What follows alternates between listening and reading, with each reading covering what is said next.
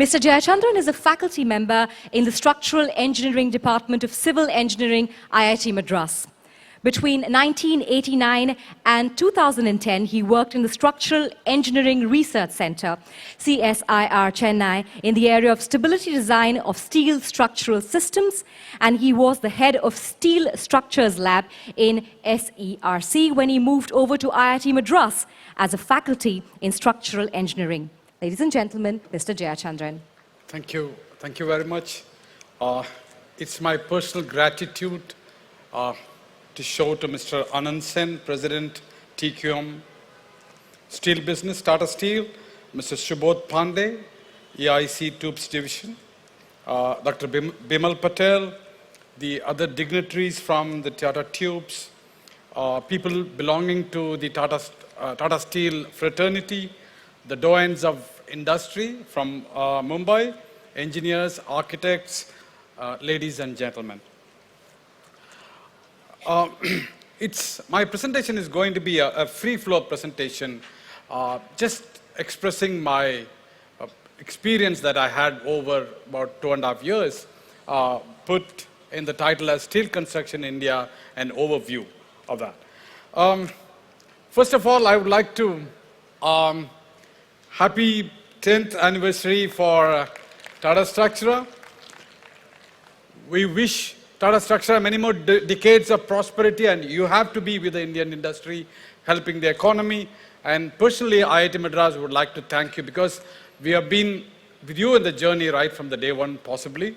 And we are also ready to board your bandwagon. I was quite impressed by the product that was launched a little earlier, and I'm also going to talk about it and wish you all the best in the years to come.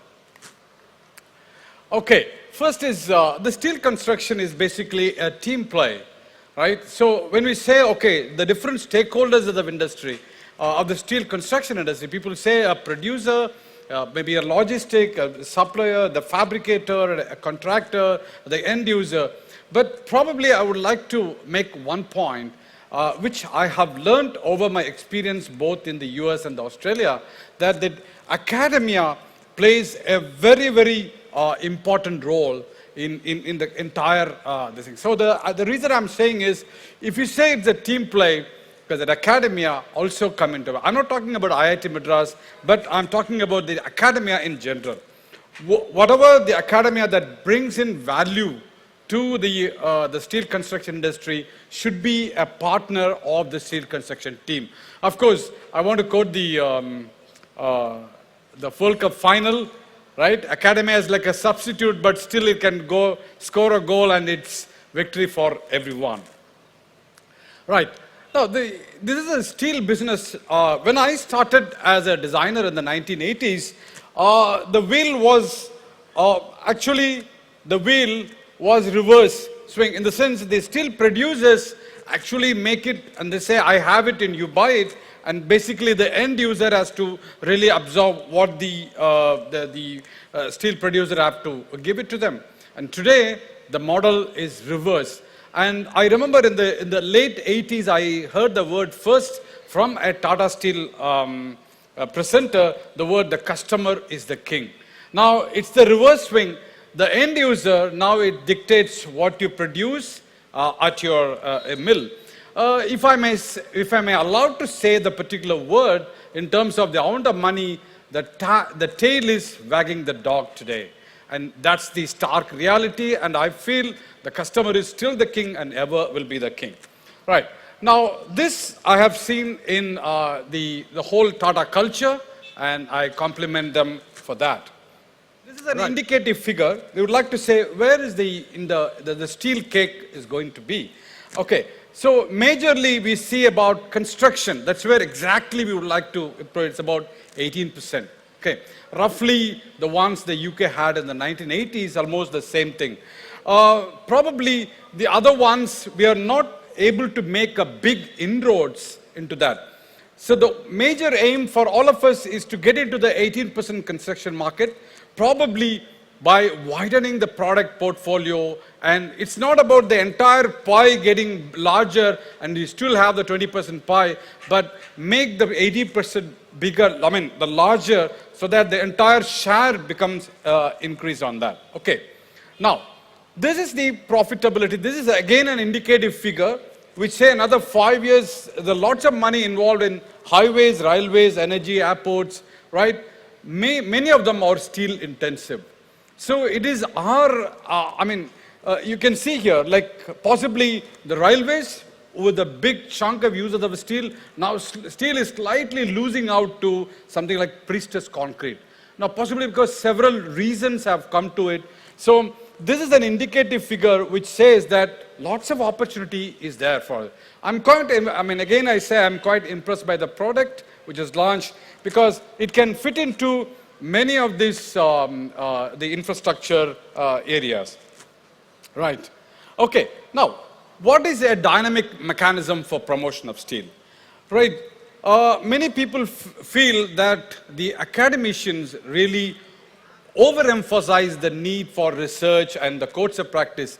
But in my experience over 30 years, I have found a good regulatory framework which really bring in a positive impact in the market. I'm talking about codes of practice, right? Mr. Sen was talking to me about IS 806. A very efficient code will definitely sell more steel. That's the point which I'm saying. Because possibly the academia can bring in a large value into the regulatory frameworks. Today, if you go to a person and you say, is there a code and can I comply with that?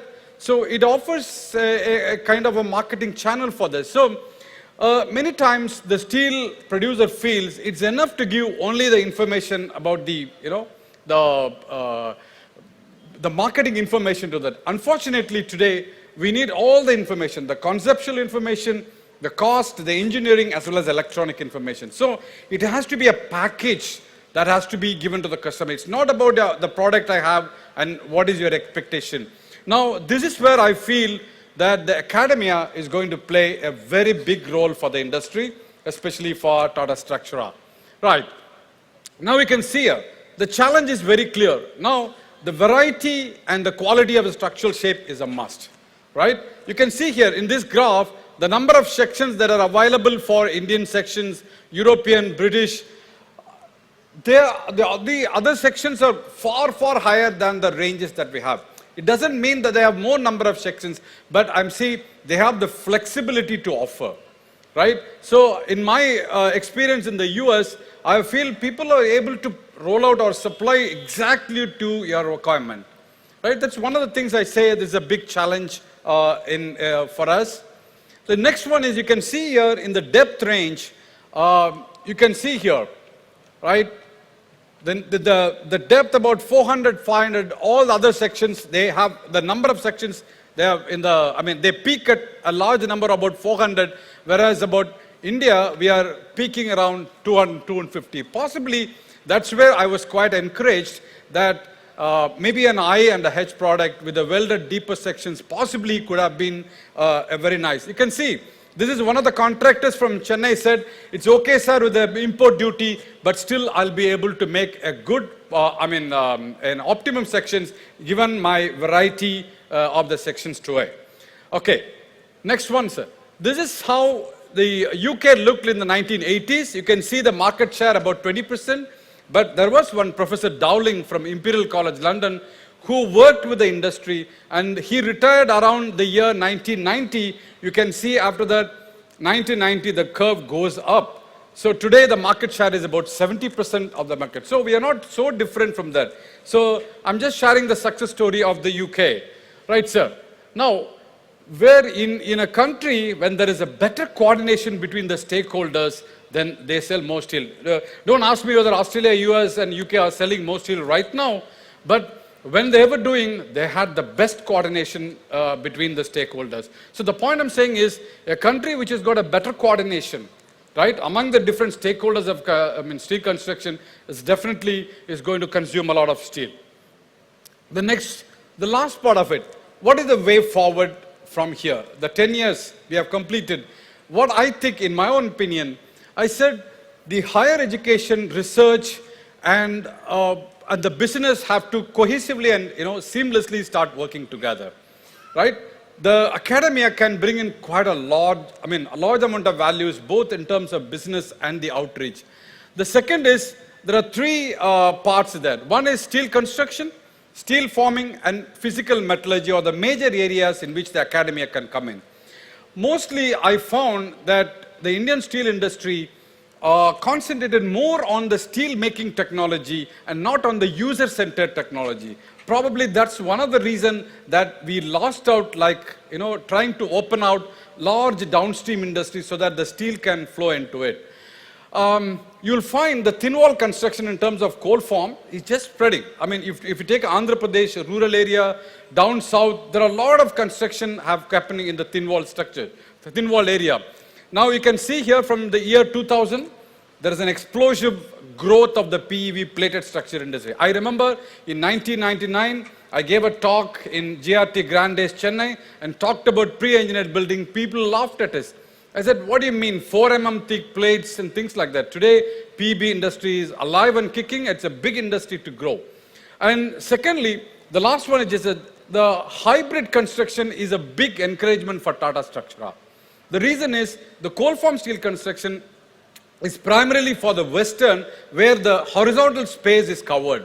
But unfortunately in India, we can't have transliquid the same technology here because we have a great value for the space. So normally the coal form steel is not very good for heavy load. So now in Srinagar, there is an 11-story building made of hybrid sections.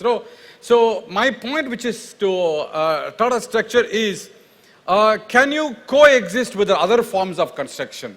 It's one of the areas which I feel very encouraging, possibility. And also in Mumbai, I'm in the code committee for tall buildings. In Mumbai, lots of multi-story buildings are planned. And if you ask me how steel is going to be a competitor, I think it's in a very solid state. I think for a lot of these buildings in the China, the Orient, all multi-story building columns are concrete-filled tubes. I just came back from Beijing last week. We presented the work that Tata Structura helped us. There was a good reception and our paper was accepted for a journal, and I've been invited to come and give a talk in Shanghai. The reason is the concrete-filled tubes, right, in the tubular tubes, another product, area in which I feel that the promise can come. And the plated beams are a good idea in the long run. And I must congratulate Tata Steel. I think it's a good beginning. It's going to give you all your rewards because you're going to customize your height, and that is a good potential for that. God willing, I am designing the Rameshwaram Bridge, which is the iconic one, the same bascule bridge. And God willing, we will have Tata Structura in design with that. Thank you, sir. And these are the avenues: metal buildings, steel bridges, space frames. And for people who are environmentally sensitized, there's a large avenue for that. Okay, thank you.